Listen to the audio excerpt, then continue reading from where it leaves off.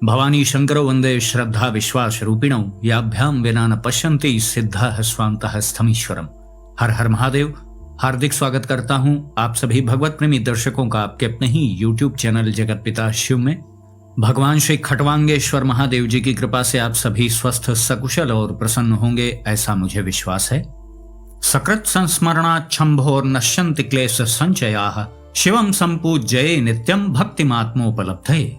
अर्थात भगवान शिव का अच्छी प्रकार किया गया भजन या स्मरण कष्टों का नाश करने वाला है। भक्तिपूर्वक सतत या प्रतिदिन शिव जी की पूजा करने से व्यक्ति को आत्मोपलब्धि हो जाती है। भगवान शिव की भक्ति की महिमा बताता हुआ सौर पुराण से लिया गया यह महत्वपूर्ण श्लोक था। आज का वीडियो शिव साधना और उसमें होने वाली दैनिक पूजा विधि से संबंधित है।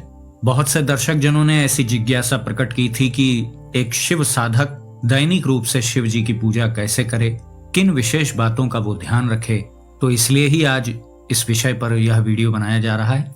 जो लोग अखंड शिव साधना कर रहे हों या एक निश्चित समय अवधि के लिए शिव जी से संबंधित कोई अनुष्ठान वो कर रहे हों या आप कोई साधना न कर रहे हों, दैनिक रूप से बस आप शिव जी की पूजा ही कर रहे हों, तो यह वीडियो आपके लिए बहुत उपयोगी है। कृपया अंत तक इस वीडियो में आप लोग बने रहें। देखिए, आजकल एक विषय बड़ा चर्चा में है कि जब घी शुद्ध मिल नहीं रहा है तो हम भगवान शिव जी के लिए कैसे दीपक जलाएं। और बात सच भी है, शुद्ध गाय का घी आजकल मिलना बड़ा मुश्किल है। हाँ, जिन्होंने अपनी स्वयं की गाय पाल रखी है तो उन्हें पूर्ण विश्वास है कि वह घी एकदम शुद्ध है। लेकिन आप स्वयं विचार करें कि 1 किलो घी तब बनता है जब 20 लीटर दूध को प्रोसेस किया जाता है। एकदम सटीक मात्रा मुझे भी नहीं पता है, लेकिन आप सभी समझदार हैं, आप विचार करके देख लें, क्या 1 किलो घी 1 लीटर दूध में ही बन जाएगा? हो ही नहीं सकता है। 20-25 लीटर दूध को प्रोसेस करने के बाद फिर 1 किलो घी बनता है। उसके पीछे कितनी मेहनत लगती है, उसका भी आप मूल्य जोड़ लीजिए। कितना ईंधन खर्च होता है और अलग अलग विधियों से घी भी बनाया जाता है। दही जमा करके भी घी बनाया जाता है, मलाई के द्वारा भी घी बनाया जाता है, तो उसमें बड़ा मेहनत लगती है। तो आप स्वयं विचार करें कि 1 किलो घी जिस रेट पर मार्केट में मिल रहा है वह कैसे मिल पा रहा है। बिल्कुल शुद्ध गाय का घी और एकदम पवित्र स्थिति में वो हो तो वो आपको इतने कम पैसे में कैसे मिल जाएगा जैसा कि मार्केट में उपलब्ध है। तो यहीं से समझ में आता है कि वह शुद्ध गाय का घी नहीं है। और आजकल एक मुद्दा भी इससे संबंधित उठा था, सभी जानते हैं, उसको बताने की आवश्यकता नहीं है। उसके बाद से घी को लेकर के बहुत से भक्तों में शंका की स्थिति बनी हुई है। बहुत से प्रश्न मेरे पास भी आए थे कि हमें शिव जी के निमित्त दीपक आदि कैसे जलाना चाहिए, हवन कैसे करना चाहिए। तो देखिए, यदि आप स्वयं से शुद्ध घी बना सकते हैं तो ठीक है, अन्यथा आप दीपक जलाने के लिए अन्य विकल्पों पर भी ध्यान दे सकते हैं। आप तिल के तेल का दीपक प्रभु की सेवा में अर्पित कर सकते हैं। और दीपक जलाने के लिए एक ऐसा पदार्थ है जिसका वर्णन स्कंद महापुराण में किया गया है और वह आसानी से आपको उपलब्ध भी हो जाएगा। और उस तेल का नाम है कुसुम्भ का तेल। अब अलग अलग क्षेत्रों में इसे अलग अलग नामों से जाना जाता है। इसे कहीं कहीं कुसुम का तेल भी कहा जाता है, कुसुमा का तेल भी कुछ लोग कहते हैं। मराठी भाषा में करदई तेल कहा जाता है, अन्य भाषाओं में कुसुम्भा भी बोलते हैं। सामान्य उत्तर भारत की जो गांव की भाषा है उसमें इसे बर्रे का तेल भी बोला जाता है। बर्रे एक पौधा होता है, उसमें पुष्प होता है पीले रंग का, उसके बीज से ही यह तेल निकाला जाता है। पहले हम देखते हैं कि स्कंद पुराण में इस संबंध में क्या जानकारी दी गई है।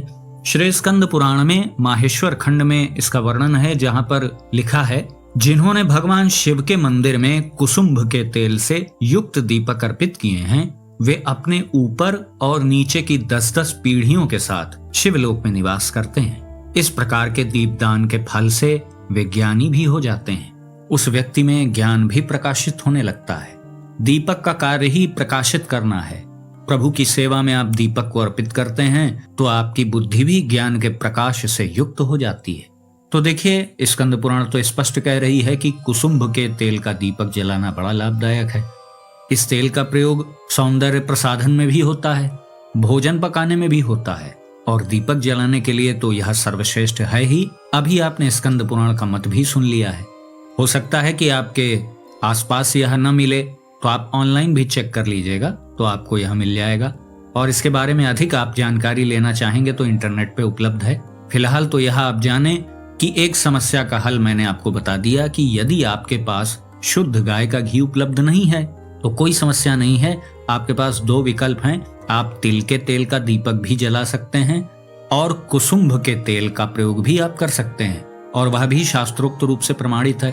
अब बहुत से दर्शक जन ऐसा सोच रहे होंगे कि फिर भी तो घी का प्रयोग होता ही है पूजन में। मान लीजिए हवन करना है, हवन सामग्री में तो घी डालना ही पड़ेगा और हवन में आहुतियां भी शुद्ध घी की देनी ही पड़ेंगी।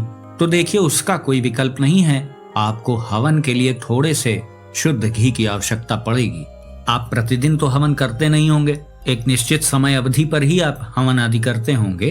तो उतनी समय अवधि के बीच में आप थोड़ा सा घी स्वयं घर में निर्मित करने का प्रयास कर सकते हैं, या आपको जहां पर बहुत विश्वास हो कि बिल्कुल अच्छा घी आपको प्राप्त होगा तो आप हवन के लिए थोड़ा सा घी ले सकते हैं। लेकिन दैनिक रूप से आप जो दीपक जलाते हैं उसके लिए आप परेशान न हो। उसके लिए दो विकल्प मैंने आपको बता दिए हैं, तिल का तेल अथवा कुसुम्भ का तेल।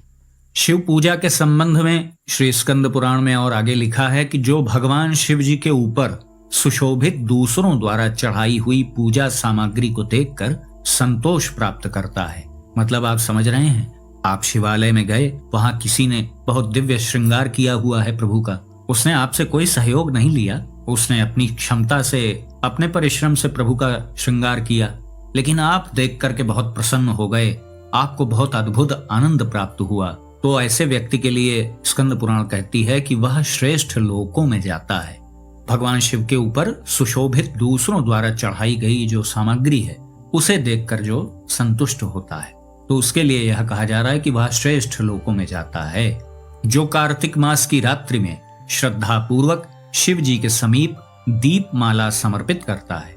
कार्तिक का महीना तो अब प्रारंभ होने ही वाला है और कार्तिक मास में दीपदान का बड़ा विशेष महत्व होता है। तो इस संबंध में स्कंद पुराण कह रही है कि कार्तिक मास की रात्रि में, कार्तिक महीने में जो भी रात्रियां आपको मिले, उसमें श्रद्धा पूर्वक शिव जी के समीप दीप माला समर्पित करने से उसके चढ़ाए हुए वे दीप शिवलिंग के सामने जितने समय तक जलते हैं उतने हजार युगों तक वह स्वर्गलोक में प्रतिष्ठित होता है।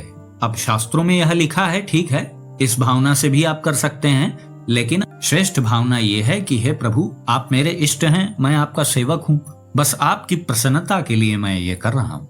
निष्काम भक्त तो यही भाव रखेगा ना, वो ये थोड़ी कहेगा कि प्रभु मैं आपके लिए दीपक समर्पित किया हूँ, अब आप मुझे इतने हजार वर्षों तक स्वर्गलोक दे दीजिए। तो जिनकी जो मनोकामनाएं हैं वो अपनी मनोकामना के हिसाब से पूजन करें, लेकिन जो लोग शिव जी की प्रसन्नता के लिए ऐसा कर रहे हैं तो वह कोई भी प्रार्थना उसके बाद करते नहीं कि प्रभु मैं ये कर रहा हूँ, इसके बदले आप मेरे लिए ये कर दीजिए। भगवत प्राप्ति का भी उद्देश्य बहुत उच्च स्तर पर पहुंच जाने पर समाप्त हो जाता है, क्योंकि जितनी ऊंचाई पर भक्त पहुंचता जाता है उसके अंदर दैन्यता उतनी अधिक आने लगती है, तो वह अपने आप को उतना ही अधिक अयोग्य समझने लगता है। वह यह प्रार्थना करने की हिम्मत ही नहीं जुटा पाता कि प्रभु मैं तो आपका दर्शन करना चाहता हूँ। वह सोचता है कि ये मेरी हैसियत के बाहर की बात है, मैं ये कैसे कह दूं प्रभु के सामने। तो खैर मूल विषय पर आते हैं। जो सबसे मुख्य पूजन सामग्री है वह तो दीपक ही है, और जिसका प्रयोग आप दैनिक रूप से करते हैं, तो सबसे पहले दीपक का ही समाधान मैं आपको बता दिया हूँ।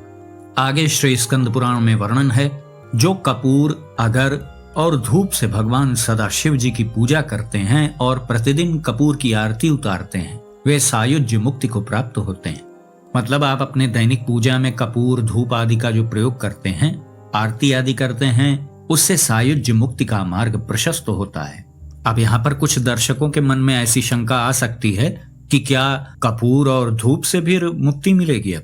क्योंकि बहुत प्रारंभ में जब मुझे भी कुछ पता नहीं था तो मेरे मन में भी शंका आई थी, तो क्या अब कपूर और धूप भी मुक्ति देंगे? तो बहुत बाद में जब गुरुजनों की कृपा से ज्ञान प्राप्त हुआ तो पता चला कि हाँ, सत्य बात है ये, क्योंकि मोक्ष के लिए जो प्रक्रिया की जाती है वह जीता जागता इंसान ही कर सकता है। मरने के बाद मोक्ष की कोई व्यवस्था ही नहीं है। मरने के बाद तो फल प्राप्त होगा। मृत्यु ही तो संपूर्ण जीवन की परीक्षा है, ऐसा श्री कृष्ण जी ने श्रीमद् भगवद गीता में भी कहा है। संपूर्ण जीवन की परीक्षा मृत्यु काल में ही होती है, उसे ही आतुर काल कहा जाता है। सायुज्य मुक्ति को प्राप्त होते हैं से यहाँ यह मतलब है कि सायुज्य मुक्ति में यह सब कार्य आपके सहायक हैं, केवल इन्हीं के द्वारा सायुज्य मुक्ति संभव नहीं है। सायुज्य मुक्ति के लिए तो अपने मन को उस योग्य आपको बनाना पड़ेगा, मन के अस्तित्व को ही मिटाना पड़ेगा, क्योंकि सायुज्य मुक्ति में अपना अस्तित्व ही मिट जाता है। भाई अन्य प्रकार की जो मुक्तियां हैं, सालोक्य मुक्ति, सामीप्य मुक्ति, सारूप्य मुक्ति आदि आदि, तो उनमें तो आपका और प्रभु का अस्तित्व अलग अलग है, लेकिन सायुज्य मुक्ति में तो प्रभु और आपका अस्तित्व एक हो गया। तो उसके लिए तो मन का अस्तित्व मिटाना पड़ता है, क्योंकि मन एवं मनुष्याणाम कारणम बंध मोक्षयो, मन के कारण ही जीव बंधन में आता है और मुक्त होता है। आगे वर्णन है, दान के समय, तपस्या में, तीर्थ में और पर्व काल में आलस्य छोड़कर रुद्राक्ष धारण पूर्वक शिव की पूजा जो करते हैं उनका पुण्य अक्षय होता है। अर्थात यहाँ पर यह स्पष्ट रूप से बताया जा रहा है कि दान करते समय, तप आदि करते समय, व्रत उपवास आदि करते समय, किसी तीर्थ यात्रा में, तीर्थ स्थान में, किसी विशेष पर्व काल में, किसी बहुत बड़े त्योहार आदि में आलस्य छोड़कर रुद्राक्ष धारण करके जो शिव जी की पूजा करते हैं उनका पुण्य अक्षय होता है। अक्षय का मतलब जिसका कभी क्षय न हो, जो सदा बना रहे। आगे स्कंद पुराण में वर्णन है, भगवान शिव जी ने जिन रुद्राक्षों का वर्णन किया है उसे आप लोग सुने। रुद्राक्ष एक मुख से लेकर 16 मुख तक के होते हैं, लेकिन उनमें से पंचमुख तथा एक मुख, ये 2 प्रकार के रुद्राक्ष मनुष्यों द्वारा धारण करने योग्य एवं श्रेष्ठ समझने चाहिए। देख लीजिए, आज आपको प्रमाण भी मिल गया, इसीलिए मैं सबको यह विशेष रूप से कहता हूँ कि आप सब लोग पंचमुखी रुद्राक्ष ही धारण करें। ये बाजार के आप बहकावे में ना आए कि ये 16 मुख का है, ये 14 मुख का है, ये एकादश मुख का है। शास्त्रों में सबसे अधिक पंचमुख रुद्राक्ष का ही महत्व बताया गया है। पंचमुखी रुद्राक्ष धारण करने से प्रभु की असीम कृपा आपको प्राप्त होती है और भक्ति भाव इससे बहुत बढ़ता है। और मंत्रों या नाम का जाप भी आप पंचमुखी रुद्राक्ष पर ही करते हैं। जाप के लिए तो पंचमुखी रुद्राक्ष से श्रेष्ठ कुछ है ही नहीं।